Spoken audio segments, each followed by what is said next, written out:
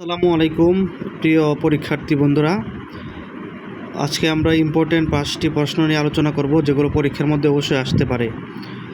তো যারা আমার চ্যানেলে নতুন এসেছেন অবশ্যই চ্যানেলটি সাবস্ক্রাইব করে দিবেন, ধন্যবাদ। 1 নম্বর প্রশ্ন, কোন রক্ত গ্রুপকে সর্বোচ্চ ঋণদাতা বলা হয়?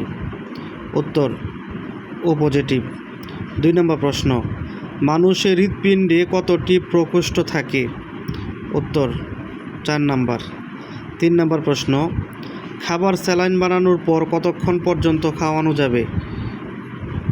উত্তর 12 ঘন্টা। 4 নম্বর প্রশ্ন, দেহের কোনো অংশে কেটে গেলে রক্ত জমাট বাঁধতে সাহায্য করে কোনটি? উত্তর অনুচক্রিকা। 5 নম্বর প্রশ্ন, একটি রক্তের রিপোর্টের মধ্যে কোনটি বেশি থাকা ভালো? উত্তর হিমোগ্লোবিন। এই ছিল আজকের ইম্পর্টেন্ট 5টি প্রশ্ন।